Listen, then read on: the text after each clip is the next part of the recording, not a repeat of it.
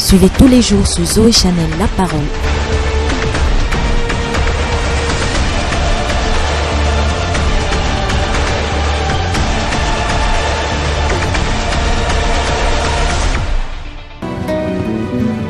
Matthieu chapitre 10 verset 22. Matthieu 10 verset 22.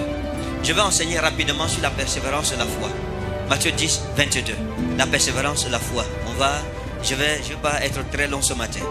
La persévérance de la foi. Matthieu chapitre 10 verset 22. La Bible dit: vous serez haïs de tous à cause de mon nom, mais celui qui persévérera jusqu'à la fin sera sauvé. Dis à ton voisin partout, tu es la persévérance de la foi. À la maison avec les enfants, dis à ton mari la persévérance de la foi. Parents, dis à l'enfant la persévérance de la foi. L'enfant dit aux parents la persévérance de la foi. Seigneur, nous recommandons ce moment entre tes mains. Comme tu as été dès le début, Seigneur, sois-le encore jusqu'à la fin. La louange, la gloire, la force, la majesté, la souveraineté, la solennité, la puissance, le règne, le trône, le sceptre, la domination te soit donnée à jamais. La richesse, la gloire, la puissance, soit à toi, Seigneur. La renommée.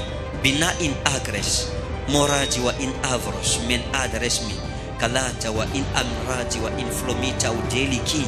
La louange et la gloire te soient données pour toujours. Amen. Au nom de Jésus-Christ. Amen. Amen.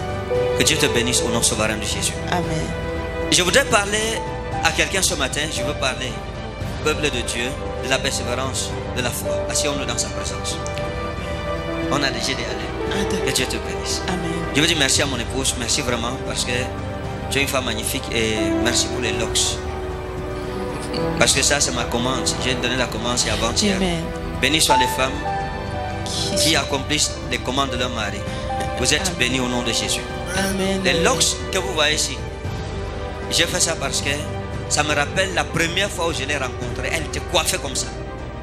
La même chose, la même coiffure. Amen. Dernier poteau Miboma, là-bas. Elle avait la même chose. Belle comme vous la voyez. Amen. Thank you. Ces locks que vous voyez ici ont un témoignage vivant. Amen. Et ces locks sont persévérés. Ça c'est la persévérance des locks. 11 ans. Je lui ai dit: bébé, rappelle-moi le premier jour, va me faire les locks. Et elle est allée, elle m'a fait les locks. Amen. J'aime te voir avec les locks. C'est-à-dire que je peux te voir comme ça jusqu'au dernier, les locks seulement. Tout c'est ta coiffure, moi je n'ai pas de problème. Parce que c'est la première coiffure que je t'ai vu avec. Donc, Amen. je suis tombé amoureux de ces coiffures. C'est elle qui m'a même donné le nom. Je lui ai demandé qu'on appelle encore l'autre ici. Elle a dit les locks. C'est resté jusqu'aujourd'hui. Ça, mon frère. L'amour consiste à ne pas oublier le nom de la coiffure de ta femme. Alléluia. J'aime ça. Tu es là un villageois comme ça. On te donne une femme, tu vas la gâter. J'ai dit ça à tous mes fils ici. Vous tous là, les célibataires, je vois vos yeux. Soyez différents. Amen. Faites comme moi. Et faites plus. Soyez galants. Soyez des gentlemen. C'est pas que ta femme, tu marches avec elle en public. Il y a 2 mètres ou 10 mètres de séparation de sécurité. Que non, on ne s'affiche pas en public. Tu salues ta femme avec les mains. Qui t'a appris ça? Mauvaise éducation chrétienne. Voilà ma part que je chéris, je choisis. Après tu vas voir, tu convoites. Va prendre ta part que tu vas aussi arranger. Dema anura banaou. Attends, touche encore un peu de l'oxy.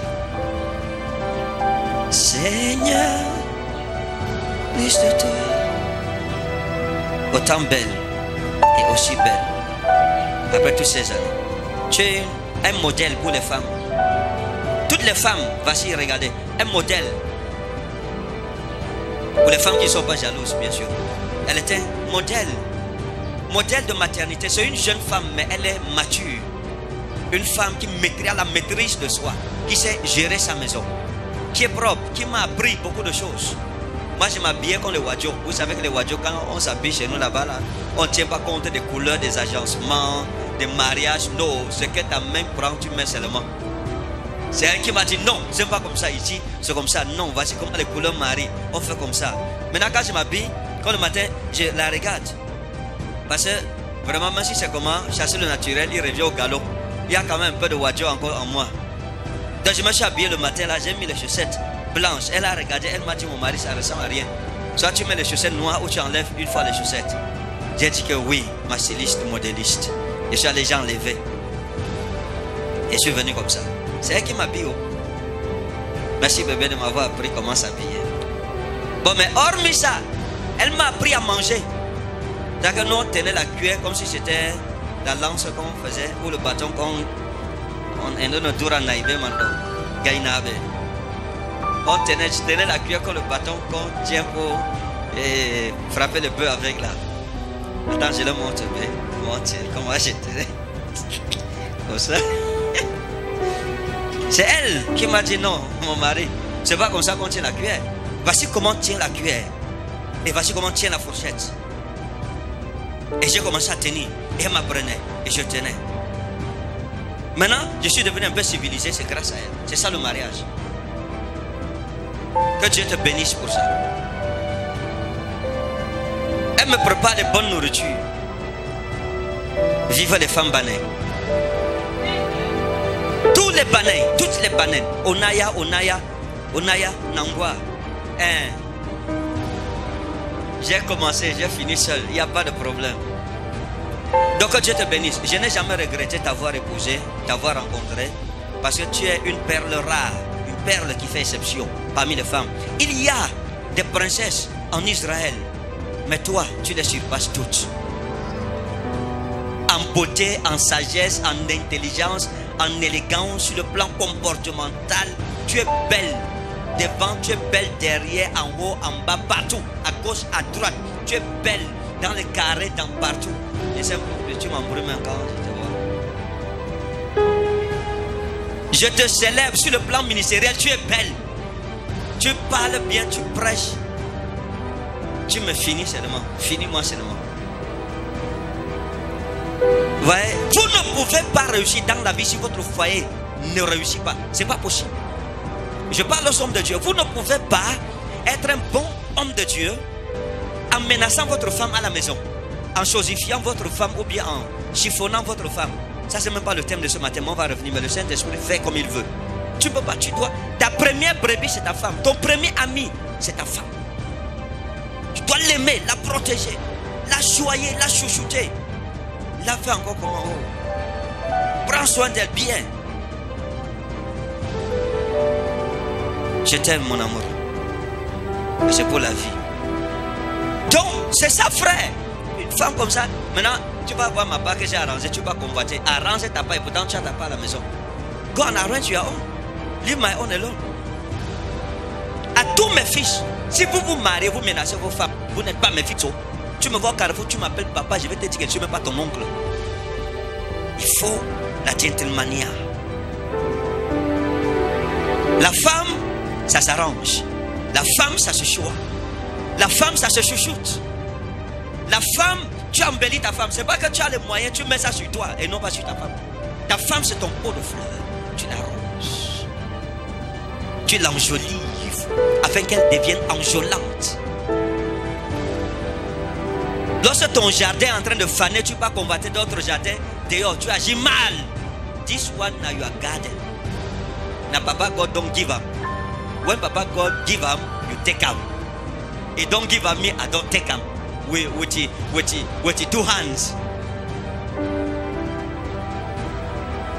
Il y a les gens qui sont étonnés que le prophète Kane est toujours à la maison. À la maison. À la maison, parce que ma femme est là. Le secret. Il y a les enfants qui m'ont demandé que papa, comment une semaine on ne vous voit même pas à la véranda. Je vais sortir à la véranda comment quand mon trésor est dedans.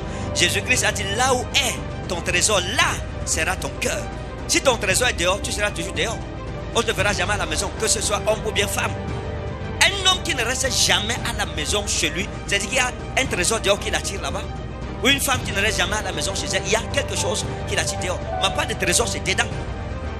Les gens sont étonnés que quand je suis dehors, je mets la vitesse, je veux rentrer à la maison. Tu vas où? Je vais pas trouver mon lit. Ok. Tu veux pas savoir ma femme, mais tu es ma mère. Je sais, mais maman. Maman. God bless you. Je te célébrerai parce que tu le mérites. Pourquoi ne pas célébrer sa femme quand cela se doit? Tu ne peux pas, tu es pasteur, tu menaces ta femme. Tu es pasteur, tu méprises ta femme, tu insultes ta femme, tu lui donnes des paroles blessantes, des paroles choquantes, tu l'insultes parfois, tu insultes son père, tu insultes sa mère. Tu es quel genre de pasteur? Que Dieu vous bénisse. Que Dieu aide les couples des pasteurs. Que Dieu nous aide, que Dieu nous restaure que Dieu nous donne une bonne vision du mariage. La persévérance de la foi. La dame que vous voyez, je suis là dans le message, hein, parce que les gens m'ont dit que non, j'ai abandonné le message pour aller juste vanter ma femme. Non, c'est le message qui a commencé. Sous attendant que le début c'est déjà fini. On est au milieu du message même. Bientôt ça va finir. Lorsqu'elle m'a vu, la persévérance de la foi. Je l'ai prêché que j'ai pensé à toi hier quand je rentrais. Je réfléchissais sur elle. Elle a donné sa vie à Christ. Elle a donné sa vie à Christ en 2010. Ça fait 10 ans aujourd'hui. Elle s'est repentie. Elle s'est détournée de ses péchés, de sa mauvaise vie passée. Elle n'a plus jamais regardé derrière. Elle a continué. Et il y a des personnes qui ont plus de 10 ans dans la foi, qui n'ont pas ta maturité spirituelle, qui n'ont pas ton engagement. Et j'ai compris que ça, c'est une femme, une perle rare. L'affaire de Dieu, c'est le cœur. Et c'est la conscience, la bonne conscience. L'apôtre Paul a dit, cette bonne conscience, plusieurs l'ont perdu et ont fait naufrage par rapport à la foi. Il y a des femmes que Dieu a bénies, qui ont tout, mais qui regardent dehors, qui sortent toujours, qui ne sont pas stables dans leur foyer. Mais il y a des femmes qui font la différence, comme il y a des hommes qui font la différence. Elle a persévéré. Il y a des moments, quand elle a commencé, nous parlons de la persévérance de la foi. La foi, c'est un combat. Rien n'est simple dans la foi. Beaucoup d'enfants de Dieu pensent que la foi, c'est le paradis. C'est ce que je pensais aussi quand j'étais encore musulman et que je donnais ma vie nouvellement à Jésus. Je croyais que quand tu es chrétien, ça veut dire que tout va bien pour toi. Non. Le jour où tu deviens chrétien, tes problèmes commencent. Le jour où tu acceptes Jésus comme ton Seigneur sauveur personnel, tes problèmes commencent là-bas. Quand je l'ai rencontré, quand on s'est croisé, je lui ai prêché Christ entre mes mains. Et j'ai compris. Il y a des gens qui demandent, est-ce qu'on peut convertir un païen et l'épouser? Il y a des gens qui ont souvent posé cette question. Bon, c'est vrai que je ne suis pas allé te chercher, mais c'est toi qui es venu. Mais le Seigneur t'a amené, être venue, étant païenne, quand elle entrait dans l'église. Mais en sortant, elle était née de nouveau. La Bible dit à ceux qui l'ont reçu, et d'aucun autoïs, exousia tegnateu genestai. À tous ceux qui l'ont reçu, il leur a donné le pouvoir de devenir enfant de Dieu. Elle est devenue enfant de Dieu entre mes mains. C'est moi qui ai souffert les douleurs de l'enfantement et qui l'ai engendré dans le Seigneur. Et elle est restée et elle a persévéré. Et je lui ai prêché l'évangile. Elle m'a raconté toute sa vie. Quand elle a fini de me raconter sa vie, je lui ai dit ceci. Si tu veux être un enfant de Dieu, tu dois passer par la restitution. Elle m'a demandé la restitution, c'est quoi? Je lui ai dit, ça veut dire que tout ce que tu as gagné dans la vie de prostitution, là, tu dois t'en séparer. Tu dois aller tout, où tu partages, ou bien tu brûles, ou tu fais n'importe quoi, mais tu ne dois plus mettre ça. Tout. Elle avait les bijoux en or. Je suis témoin. Elle s'en est séparée. Elle s'est séparée de tous ses vêtements, de toutes ses chaussures. Elle n'avait plus rien, puisque tout ce qu'elle avait, c'était, la majorité, c'était les hommes qui lui avaient donné. Elle s'en est séparée. Ma belle-mère aujourd'hui, qui n'était pas encore ma belle-mère, m'a appelé. Elle m'a demandé elle lui a d'abord demandé à elle que c'est toujours la foi comme ça, c'est toujours Jésus comme ça. Ma belle-mère qui est ancienne à l'émec, elle a demandé à sa fille que ça c'est encore quel genre de christianisme où tous tes habits tu vas marcher nu. Ma femme n'avait plus rien. La Bible dit séparez-vous du milieu de mon peuple. Séparez-vous du milieu d'eux. Il dit ne touchez point à ce qui est impur et je vous accueillerai. Je serai pour vous un père et vous serez pour moi des fils et des filles. Donc on ne peut pas servir Jésus sans cette séparation fondamentale. Tu dois te séparer de tout ce qui te relie au monde. Tu dois brûler les ponts après toi. Couper les ponts. C'est ça le début d'une bonne foi. Les gens parfois ne mettent pas la bonne fondation. Et elle l'a fait. Elle a commencé à marcher presque nue. Elle n'avait plus de chaussures. Même les babouches. Je me souviens que tu avais acheté des bateaux là. Elle avait des bateaux là noirs. Et c'était déchiré en bas. Et elle m'a raconté après ces choses que même les serviettes hygiéniques, elle n'en avait pas. Elle utilisait soit des morceaux de tissu qu'elle déchirait, ou bien soit les papiers, comment on appelle ça, les lotus. Vous voyez quelqu'un qui arrive jusqu'à ce point. Elle pouvait s'arrêter à un carrefour, un homme la drague, elle dit oui. Elle prend l'argent, elle va s'acheter ce qu'elle veut. Mais elle a persévéré. Jésus dit vous serez haïs de tous à cause de mon nom. La foi chrétienne fera en sorte que tu aies des problèmes. Beaucoup d'enfants de Dieu voient les problèmes comme un problème. Non! Les problèmes sont la conséquence de la nouvelle naissance. Quand tu nais de nouveau, le diable va te persécuter. Le diable mettra tout ce qu'il y a en son pouvoir pour te décourager. Pour que tu ne continues pas avec Jésus-Christ jusqu'au bout. C'est pour ça que les gens rétrogradent. Tu vois quelqu'un à l'église 5 ans, 10 ans après disparaît. Il retourne dans le monde. Et le diable l'enchaîne encore plus que lorsqu'il était d'abord dans le monde avant de donner sa vie à Christ. Et le diable se rassure que celui-ci, son âme aille en enfer, qu'il aille à la perdition, qu'il ne soit plus jamais sauvé.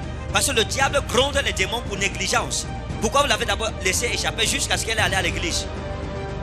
Donc vous devez savoir une chose. Être chrétien, c'est un combat, c'est un don de Dieu. Et vous serez haïs de tous à cause de mon nom. Beaucoup de personnes sont persécutées par leur mari à cause de Christ. Beaucoup de maris sont persécutés par leurs épouses dans leur foyer à cause de Christ.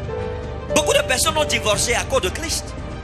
Beaucoup d'enfants sont persécutés par leurs parents à cause de Christ. C'est une prophétie, frère, Matthieu 10, 22. Vous serez haïs de tous à cause de mon nom. Je me souviens à l'époque, dans les années 95, ma mère et moi, 95-94, quand on a cru, chacun de son côté. Étant musulman, j'ai subi la persécution de mon côté. Mon père m'a demandé de choisir entre Mohamed et Jésus-Christ. Et je lui ai dit, j'ai choisi Jésus. Et il s'est fâché, c'était en 95. Et il s'est fâché contre moi, c'est les grandes vacances. Et il m'a dit, ok. C'était le mois de mai 95 ou juin. Il m'a dit, ok, comme tu as choisi Jésus, prends tes affaires et va chez Jésus.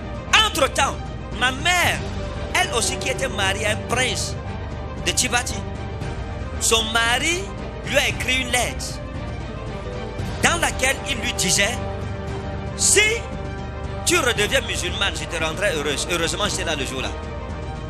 Mais si tu demeures chrétienne, sors de ma maison. Va chez Jésus. Ma mère m'a montré la lettre. Je lui ai dit, maman, je l'ai encouragé dans le Seigneur. On s'est encouragé. On s'est fortifié dans le Seigneur. Je lui ai dit, ton mari ne peut pas te rendre heureuse. Aucun homme sur la terre ne peut te donner le bonheur.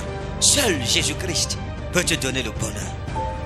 Donc, reste ferme dans ta foi. Ne redeviens pas musulmane. Sois chrétienne. On est enfant de Dieu. Nous servons Christ. On ne va pas se retourner. On ne va pas rétrograder. On ne va pas abandonner la foi à cause de biens matériels. Vaut mieux devenir mendiant avec Christ que de vivre dans l'abondance sans Jésus. Et ma mère m'a écouté. On s'est mis à genoux et on a prié. Là, c'était déjà dans les années 97, je crois. Et quand son mari est revenu, son mari lui a dit dans la lettre, quand je reviens du voyage, donne-moi ta position. Et le reste dépendra. Quand son mari est arrivé, ils ont causé. Elle a dit à son mari, je ne peux pas renier Christ à cause de biens matériels ou à cause du mariage. Donc, je choisis Christ.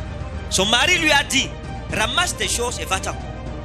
Frère, nous sommes sortis à Damphili en pleine journée, avec les bagages sur la tête, et les gens nous huaient. Les gens se moquaient de nous. Les gens nous insultaient. Les gens nous regardaient comme des fous et on riait de nous. Je disais à ma mère, ça va maman, ne les regarde pas, ne les écoute pas, continuons, avançons. Et on a porté nos bagages, on sortait. Les gens se moquaient. Regardez ceux-là, comment ils sont bêtes. Ils ont choisi la voie du christianisme. Au lieu de demeurer musulmans, regardez maintenant comment ils sont misérables. Et les gens nous huaient. Et nous sommes partis dans la honte, mais avec Christ. Qu'est-ce que Jésus t'a déjà coûté?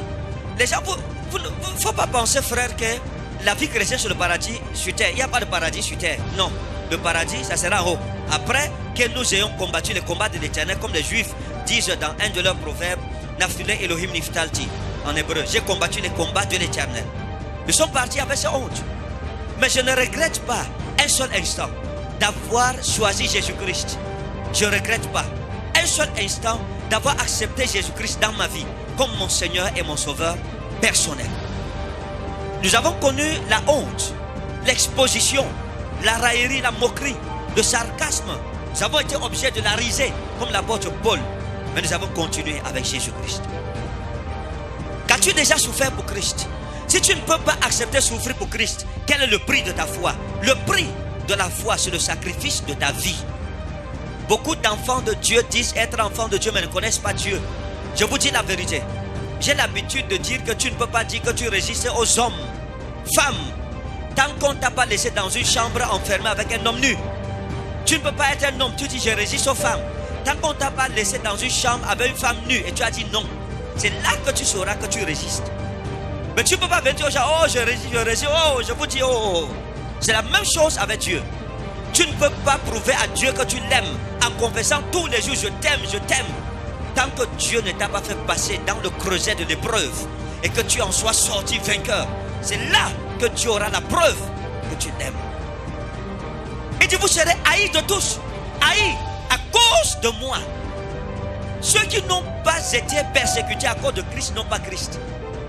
L'un des signes qui te montrera que tu as Jésus, c'est quand le monde va te haïr. Pas parce que tu es une mauvaise personne, mais parce que tu portes en toi Christ. Et vous serez haïs de tous, à cause de mon nom. Écoutez frère, ta racine doit être solide en Jésus. Si ta racine n'est pas solide, tu ne t'en sortiras pas. Tu vois pas la souffrance? Quand j'ai donné ma vie à Jésus, mon père était un homme nanti, feu mon père. J'étais un homme de bien. Je ne connaissais pas comment laver le sol ou bien, je ne savais pas ça. Laver les habits, je ne l'avais jamais fait de toute ma vie. Il y avait les gens pour chacune de ces tâches. Et l'école, j'étais dans les écoles les plus chères et dans les internats, les dortoirs. Mais le jour où mon père m'a dit de choisir entre Jésus et Mohamed, je savais. J'ai fait l'évaluation de la situation. Ça voulait dire que l'argent c'est fini. Les biens matériels c'est fini.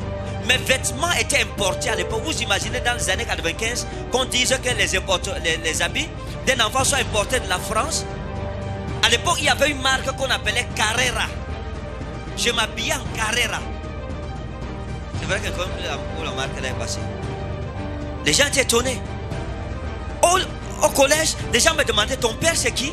Un jour, la femme d'un préfet m'a arrêté. Elle m'a dit ta mère c'est qui? J'ai donné le nom de ma mère. Elle m'a demandé que ta mère là, elle tombait du ciel.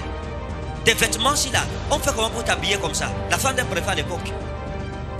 Donc quand mon père m'a dit de choisir, immédiatement le diable m'a dit mon ami, tu vas choisir la souffrance au lieu du bonheur.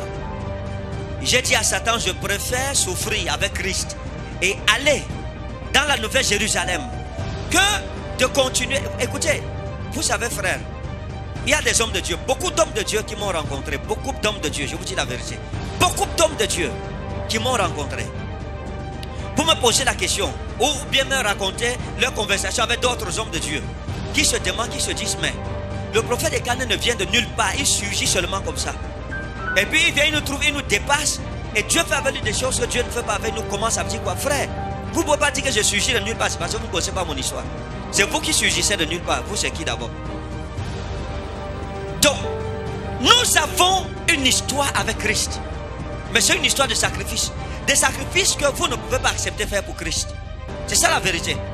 Des choses que j'ai endurées à cause de Christ, par amour. Que plusieurs d'entre vous, hommes de Dieu, vous ne pouvez pas accepter. Des humiliations, des séparations, des insultes, des maladies.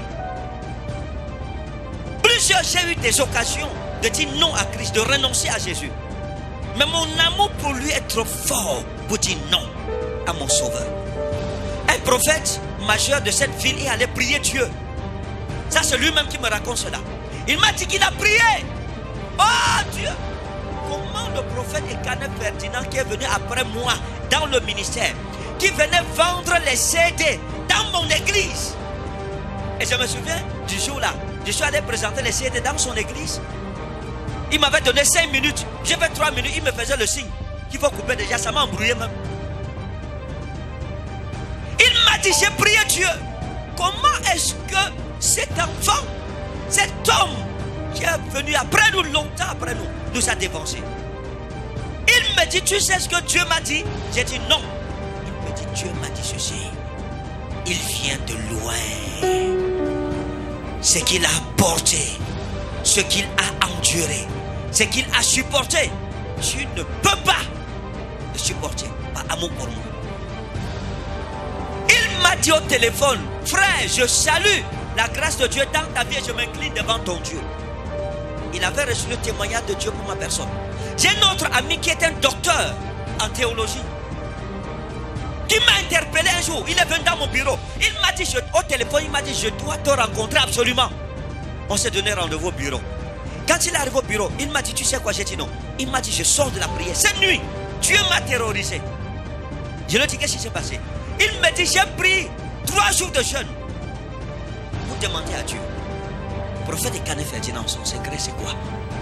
Quelle est la chose qu'il y a entre toi et lui? Quelle est la source de votre alliance? Cette alliance est de quelle nature? Quelle en est la couleur? Quels en sont les tenants et les aboutissants? Il me dit, la nuit, je dormais. Le Seigneur m'a répondu dans une grande vision. Dans la vision, j'ai vu les hommes de Dieu de Yaoundé. Et il y avait une salle secrète. Et dans la salle, il y avait un vieillard, l'ancien des jours, qui était assis dans un trône. Et les hommes de Dieu venaient un à un. Tu entrais seul, rencontrais le vieillard et tu sortais. Et il m'a dit, il a reconnu quelques-uns des hommes de Dieu de la ville et du pays. Et il dit, j'étais à côté. J'étais aussi là. Les hommes de Dieu entraient, ils ressortaient. Ils entraient, ils ressortaient. Il dit que quand mon tour est arrivé, il m'a vu entrer dans l'antichambre où le vieillard se trouvait. Et il dit qu'il a été transporté par l'esprit, comme Jean l'a dit dans Apocalypse 1 verset 10. Et que non men en pneumatiente curia que emera. Il fut transporté par l'esprit jusque dans la salle. Il était dans la salle et il voyait ce qui se passait. Il me dit que le vieillard était assis et il y avait des bouteilles d'huile devant lui. Et il y avait les bouteilles d'huile d'un litre, huile d'olive. Il y avait 6 bouteilles que le vieillard a sorti, il a posé. Et je me suis mis à genoux. Et le vieillard a pris la première bouteille et il a versé sur ma tête. Il a vidé. Il a pris la deuxième bouteille, il a vidé. Et il a pris jusqu'à la 6e bouteille, il a vidé sur moi. J'étais trempé d'huile. Et je suis sorti. Quand son tour est arrivé, le vieillard a pris, il n'y a pas l'huile de faveur ici. Le vieillard a pris l'huile dans une bouteille comme ça. Et le vieillard voulait verser sur sa tête. Et il a demandé pourquoi ma part est petit comme ça? Mais pour le prophète, tu as versé 6 litres sur sa tête. Le vieillard lui a dit, tu dois accepter ça. Il lui a versé. Et dit, il est sorti étant fâché et frustré. Et Dieu lui a dit, voilà la différence de grâce et d'alliance entre toi et mon serviteur. C'est un homme de Dieu de renom. Hier, j'étais dans son bureau. Je ne peux pas compter le nombre des hommes de Dieu à qui Dieu a montré, qui ont demandé au prophète Canet Ferdinand c'est qui. Qu'est-ce qui s'est passé? Quand quelqu'un dit qu'il ne connaît pas l'histoire du prophète Canet Ferdinand, je me demande où la personne sort. Les vases d'honneur, Dieu les prépare à la carrière en secret. Quand je souffrais ces choses, vous ne savez même pas ça. Les gens ne connaissent même pas mon histoire. Ils ne savent pas ce que j'ai enduré. Quand je suis arrivé à Yaoundé, mon amour, je suis venu à Yaoundé. Je dormais sur les vérandas des gens. J'ai dormi dans des marchés. Parce que je n'avais pas où dormir. J'avais une seule tante dans Yaoundé. Une tante qui était musulmane, malheureusement elle est morte.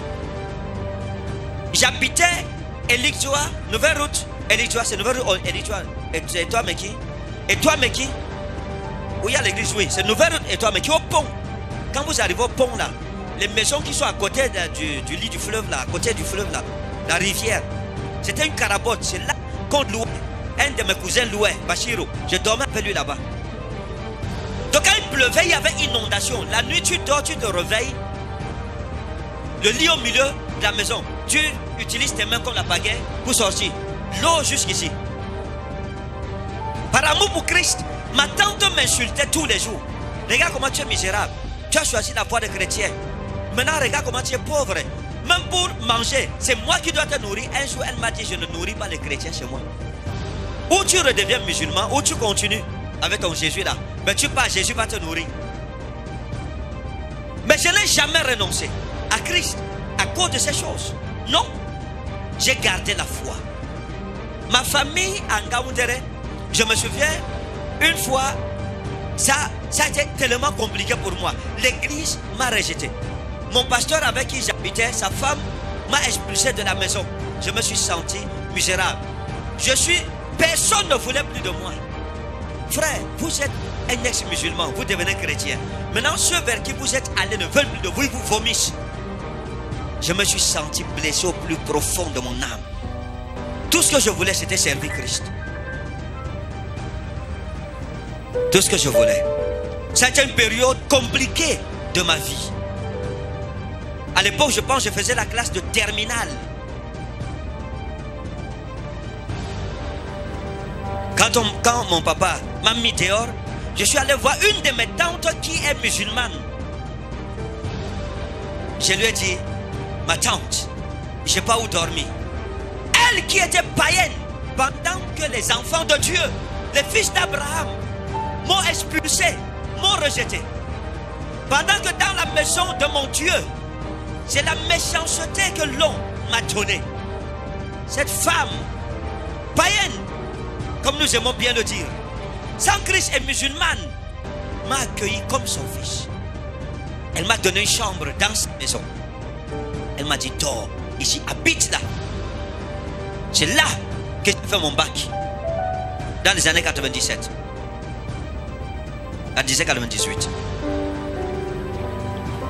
J'ai habité chez elle. Mais tous les jours, c'était avec Jésus. Je gémissais devant le Seigneur. Et l'église, quand j'arrivais, les gens ne me saluaient pas, les gens ne me parlaient pas. Mes propres frères en Christ, avais-je tué quelqu'un? Non.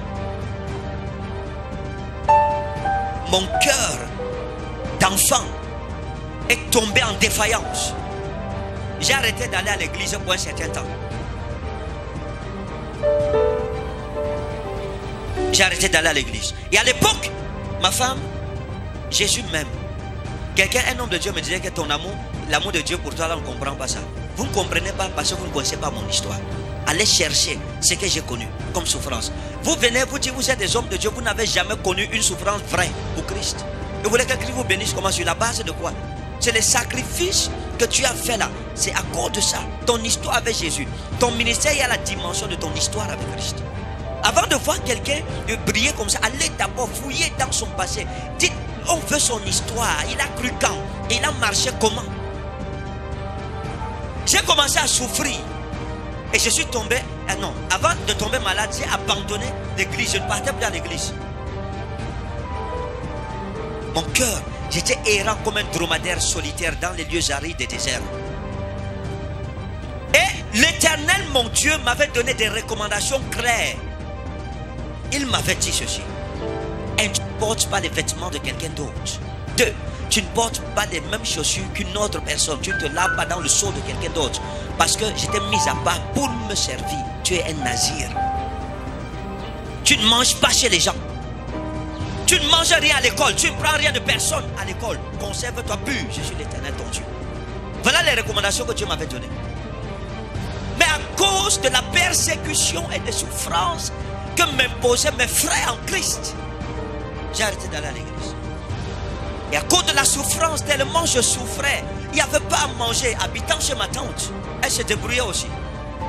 Que la femme du commandant de l'époque, en Gaoundal, m'a appelé au téléphone. Non, elle l'a envoyé m'appeler. Il n'y a pas de téléphone. Elle m'a appelé. Elle m'a dit, Ferdinand, voici ton père n'est plus ici. On a fait de lui un chef au village. Viens habiter avec nous à la maison. Et j'ai accepté. Je suis allé là-bas. Pourquoi j'ai accepté? Parce que là-bas, il y avait à manger. Parce que là-bas, il ne manquait pas de nourriture.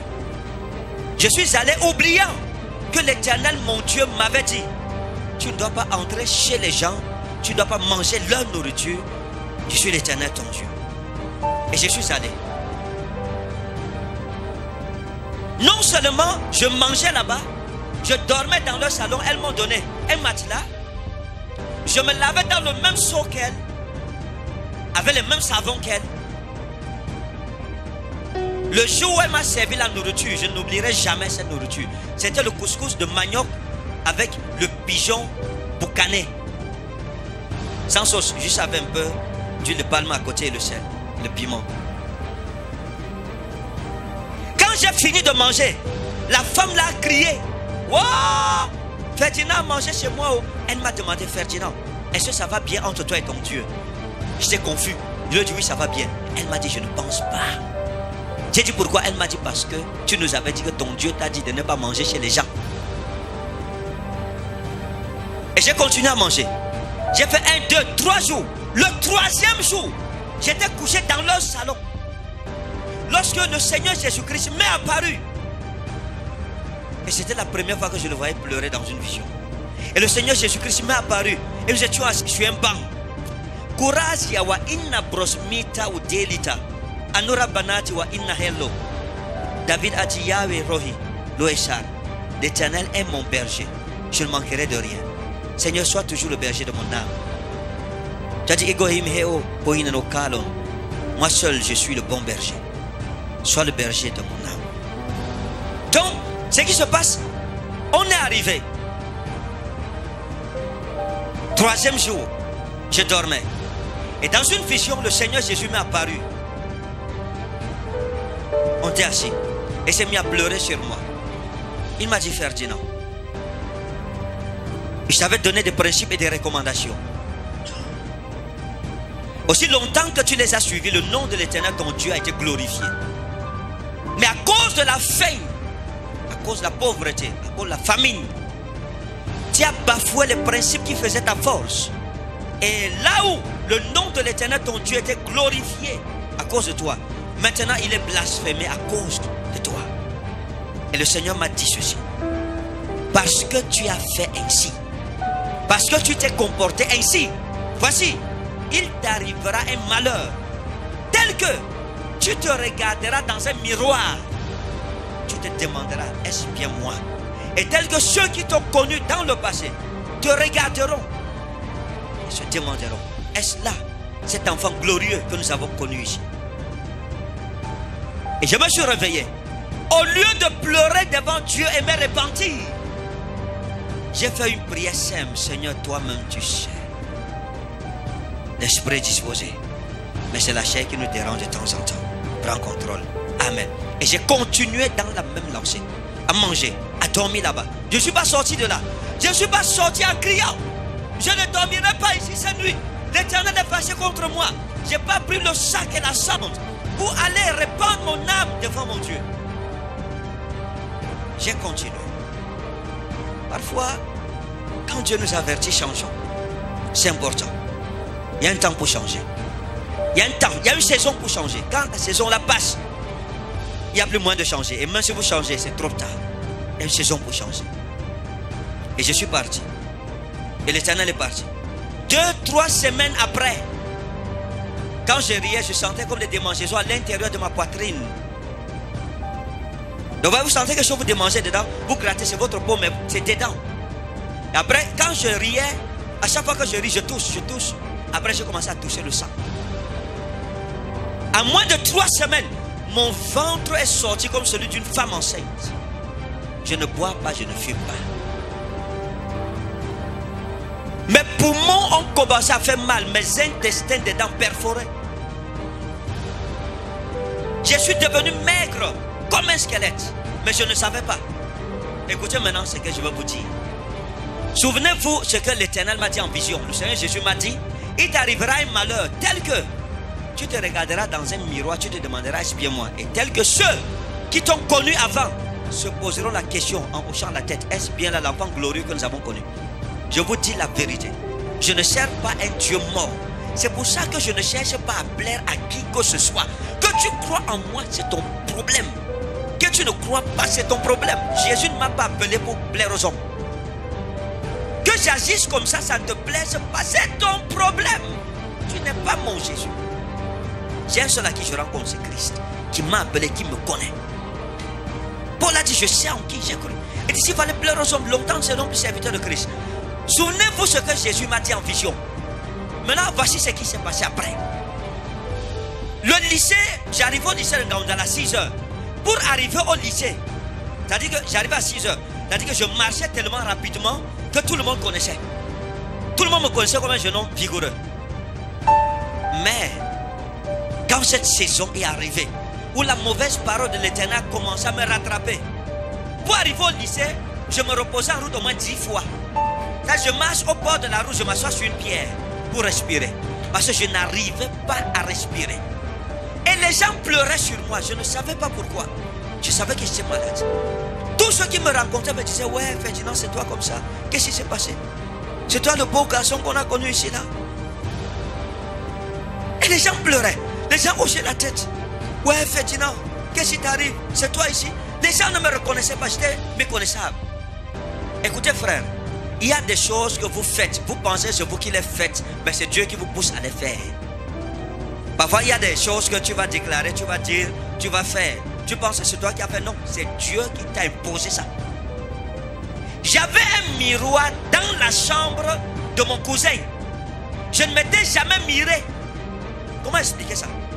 Pendant toute une année scolaire, je ne m'étais jamais tenu devant le miroir. Un matin, pendant que je m'habillais, je suis allé, bam, je me suis retrouvé devant le miroir. Quand je me suis vu, j'ai reculé, j'ai failli tomber. Et j'ai posé une question. Est-ce bien moi? Et c'est ainsi que toute la mauvaise parole que l'Éternel mon Dieu avait proclamée sur ma vie est arrivée exactement. Je me suis posé cette question, la même question, ayant oublié le rêve. Est-ce bien moi ici? Parce que mon aspect usorilocal était fantomique et fantasmagorique, mortuaire et morbide. J'étais un mort vivant. Les os ici, les yeux dans leurs orbites, recroquevillés sur eux-mêmes. Et j'ai compris que j'étais dans un problème sérieux. C'est là que je me suis souvenu de la mauvaise parole de l'Éternel contre ma vie. Et j'ai commencé à m'humilier devant Dieu. Je suis quitté de là. Jusque-là, les frères ont commencé à dire à l'église que ce sont ses péchés. Les plus grands combats de ma vie, ce n'est pas le diable qui m'a attaqué. C'est les frères en Christ, c'est les hommes de Dieu. Les plus grands défis, c'est-à-dire que s'il y a eu des montagnes qui ont fait couler la sueur sur mon front, dans le combat de la foi, dans l'église, c'est venu des frères, de ceux qu'on appelle frères en Christ. Je n'ai pas trop eu le problème avec les païens, non. L'église, au lieu de me venir en aide, au lieu que les gens cotisent pour m'envoyer à l'hôpital, les gens me fuyaient plutôt comme la peste. D'autres disaient même que j'ai le VIH. Et les gens se moquaient, frère. Les frères en Christ, ça veut dire, d'où était-il venu qu'il n'y ait pas de miséricorde dans la maison de Dieu? Une fois de plus, ma tante en Ngaoundal n'étant pas capable de m'envoyer à l'hôpital, j'ai pris mes billets. Je suis allé en Ngaoundéré dans ma famille charnelle musulmane. Quand ils m'ont vu, ils se sont mis à pleurer. Les païens m'ont vu pleurer, frère. Les chrétiens, eux, me voyaient se moquer. Me disaient, la calomnie. C'est l'héritage maléfique de beaucoup d'enfants de Dieu dont le cœur n'est pas enraciné en Christ et que Christ ne connaît pas. Vous ne pouvez pas être de Dieu. Vous voyez quelqu'un souffrir et vous vous en moquez. Vous ne pouvez pas être de Dieu. Vous voyez quelqu'un dans une condition, au lieu de l'aider, vous le calomniez. Vous prenez ses problèmes, vous prenez ses faiblesses pour en faire une publicité, pour annoncer la mauvaise nouvelle, vous réjouissant du malheur d'autrui. Cet esprit n'est pas de Christ. En tout cas, pas du Christ que moi je connais. Peut-être de votre Christ. Et quand ma famille païenne m'a vu, elle s'est mise à pleurer. D'où était-il venu que des païens pleurent sur ma condition? Tandis que ceux qui étaient considérés comme le peuple de Dieu riaient, se moquaient de ma condition. D'où venait ce paradoxe? Et ils m'ont pris. Ils m'ont amené à l'hôpital. C'était la première fois de ma vie où on prenait mon sang. Ils ont pris mon sang. C'est dans les années 97. 96, 97. Ils ont pris mon sang.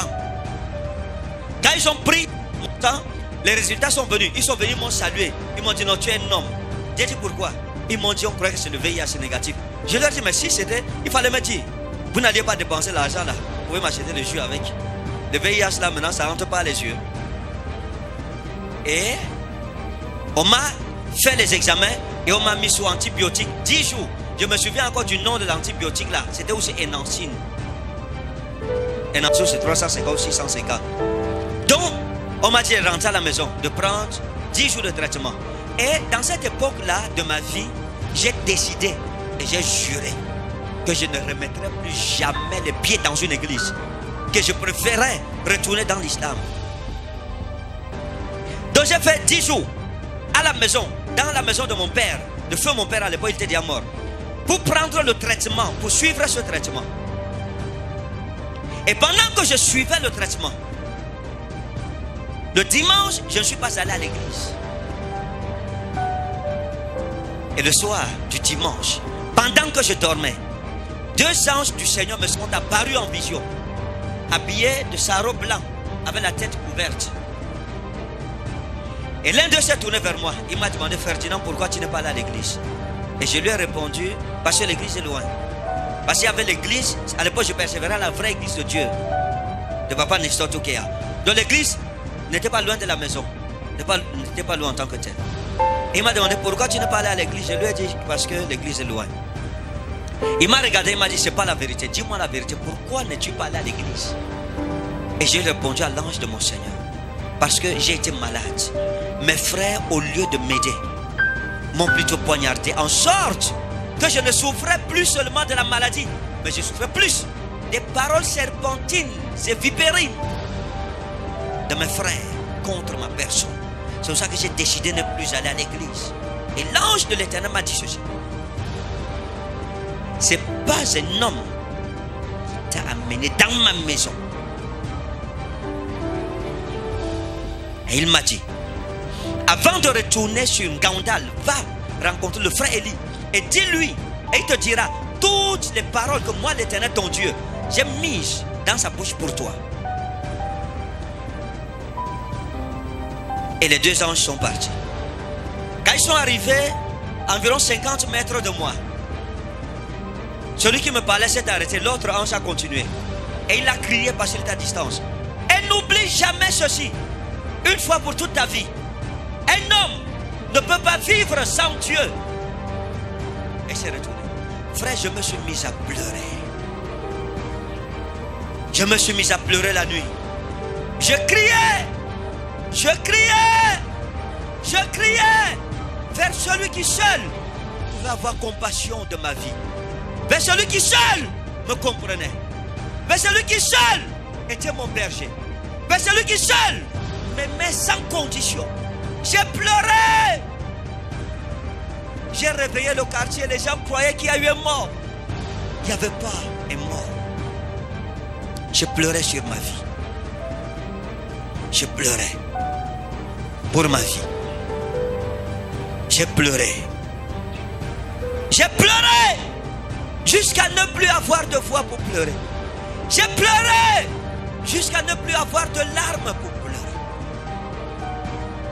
Je pleurais parce que Christ, lui, étant rejeté des hommes, est venu. Lui m'a montré sa compassion. Lui m'a dit je t'aime. Lui m'a dit je ne t'ai pas abandonné. Lui m'a dit je te comprends. Lui m'a dit je te soutiens. Lui m'a dit je serai avec toi. Je pleurais pour cet homme. Je pleurais pour cet homme. Voilà comment je suis retourné en Ngaoundal. Le Seigneur m'a guéri. Je me suis remis sur mes pieds. Je ne sers pas un Jésus mort. Je ne sers pas un Dieu utopique. Je ne sers pas un mirage. Je ne prêche pas Jésus parce que les gens prêchent. Je ne prêche pas le message parce que j'imite d'autres prédicateurs. Je vous prêche ma vie avec Christ. Je vous prêche mon expérience avec Jésus-Christ. Il est mon bon berger. Persévérez. Ne vous découragez jamais. Je ne me suis jamais découragé dans ces histoires. Dans ces problèmes, j'ai toujours espéré qu'un jour, le Seigneur accomplirait ses promesses. Je ne regrette pas d'avoir connu Christ. La semaine prochaine, certainement, je continuerai avec le thème de la persévérance de la foi. Persévérez. Ne vous laissez pas faire. Ne vous découragez pas. Ne vous arrêtez pas. Même s'il y a quoi, continuez, courez. Sauvez vos âmes. Sauvez vos vies. Espérez en lui. Ou des hommes vous abandonnent. Peut-être vous me regardez. Vous êtes jugé, mal compris des hommes. Vous êtes insulté, raillé, moqué. Persévérez. Un jour, ces hommes sauront que l'élévation ne vient pas de nous, mais que l'élévation vient de l'Éternel. Que le Seigneur vous bénisse. Au nom souverain de Jésus-Christ. Suivez tous les jours sur Zoé Channel La Parole.